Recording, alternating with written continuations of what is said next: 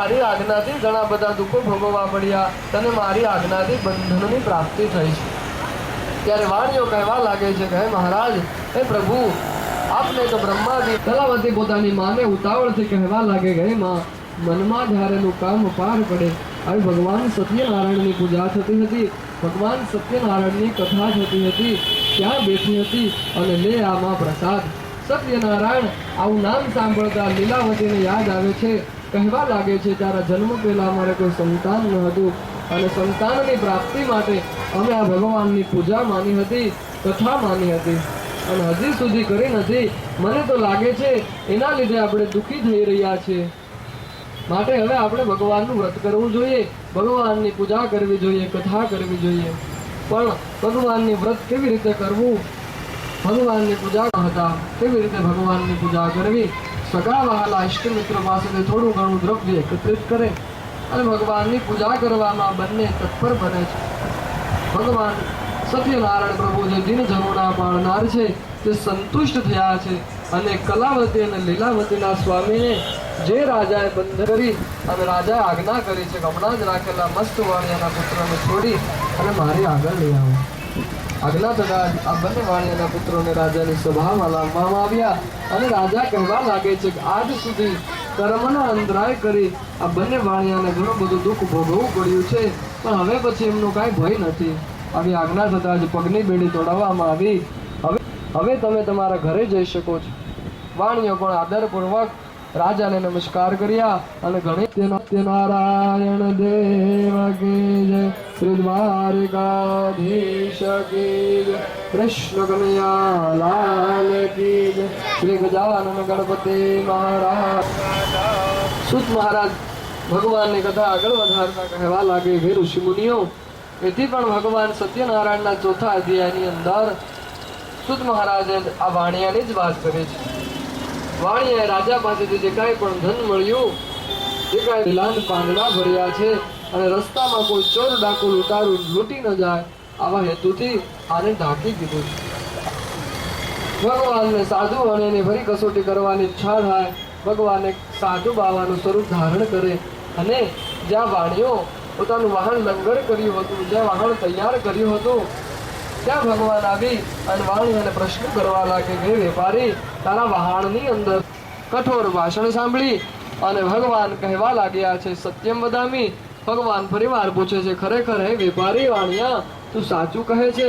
સાધુ વાણિયો ફરીવાર જુઠ્ઠું બોલે, હા મહારાજ, લત્તા પત્તા દિગમ મારા વાહણમાં તો ખરેખર બધા વેલાલ પાંદડા ભર્યા। ભગવાને આશીર્વાદ આપ્યા છે, તથાસ્તુ, તું જે પ્રમાણે બોલ્યો આવું થઈ જાવ, આમ કહી અને ભગવાન દૂર જઈને ઉભા રહ્યા છે। ભગવાનને ખબર હતી હમણાં મને યાદ કરશે, મારે પાછું આવવું પડશે, ભગવાન ગયા નથી।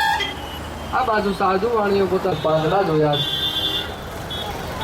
મૂર્છામાં આવ્યો, બેભાન અવસ્થામાં આવ્યો, મારા આખા જીવનની કમાણી જતી રહી, હવે શું થશે? આમ વિચારી અને બેભાન રહ્યો છે।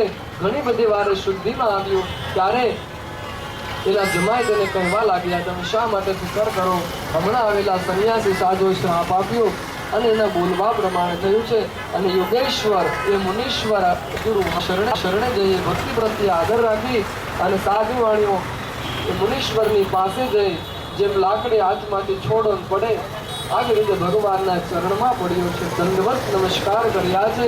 અપનાય સ્વાહા, ધ્યાનાય સ્વાહા, ઉદાનાય સ્વાહા, સમાનાય સ્વાહા, પગે લાગો નમસ્કારોમી, એકવાર પાણી ભરી મુકનાય સ્વાહા, 3 વાર ભરી જલ મૂકી દો, હસ્તમ પ્રક્ષાલ્ય, મુખમ પ્રક્ષાલ્ય, આચમનિયમ સમર્પયામિ, પગે લાગી લો, નમસ્કારો, કાઢી નાખજો, ચામડાનો પટ્ટો દદાતુ यावस्तेषां जयस्तेषां कृतस्तेषां पराजयो एषां અડધા ઉપર અડધા બાજુ આવતા રહો। અત્યારે ચોઘડી અહીંયા આવતા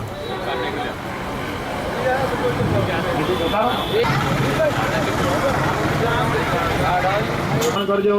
હરિ ઓમ ગણાનંદવા ગણપતિઘો હવામહે, પ્રિયાનંદવા પ્રિયપતિઘો હવામહે, નિધિનંદવા નિધિપતિઘો હવામહે, તેભ્યો વ્રતપતિભ્યશ્ચ वो नमो नमो।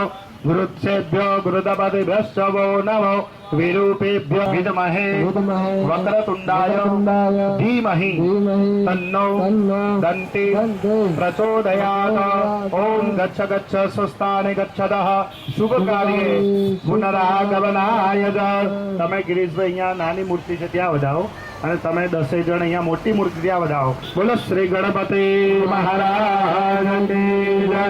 ઓમ નમઃ પાર્વતી પદે હર હર મહાદેવ।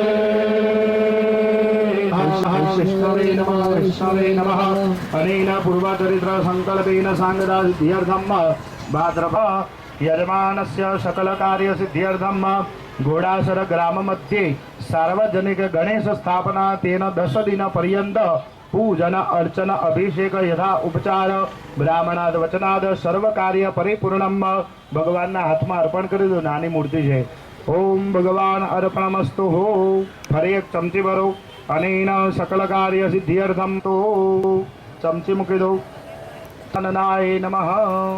मूर्ति हलावे नानी शेष खेची लो। बोलो गणपति महाराज की जय। હવે 11 ગણપતિ બાપા ભીમા દો મોરિયા રે બાપા મોરિયા રે મોરિયા રે બાપા મોરિયા રે મોરિયા રે બાપા મોરિયા રે મોરિયા રે બાપા મોરિયા રે મોરિયા રે બાપા મોરિયા રે મોરિયા રે બાપા મોરિયા રે। બોલો શ્રી ગણપતિ મહારાજ की जय। પગે લાગી નીચે આવતા રહો।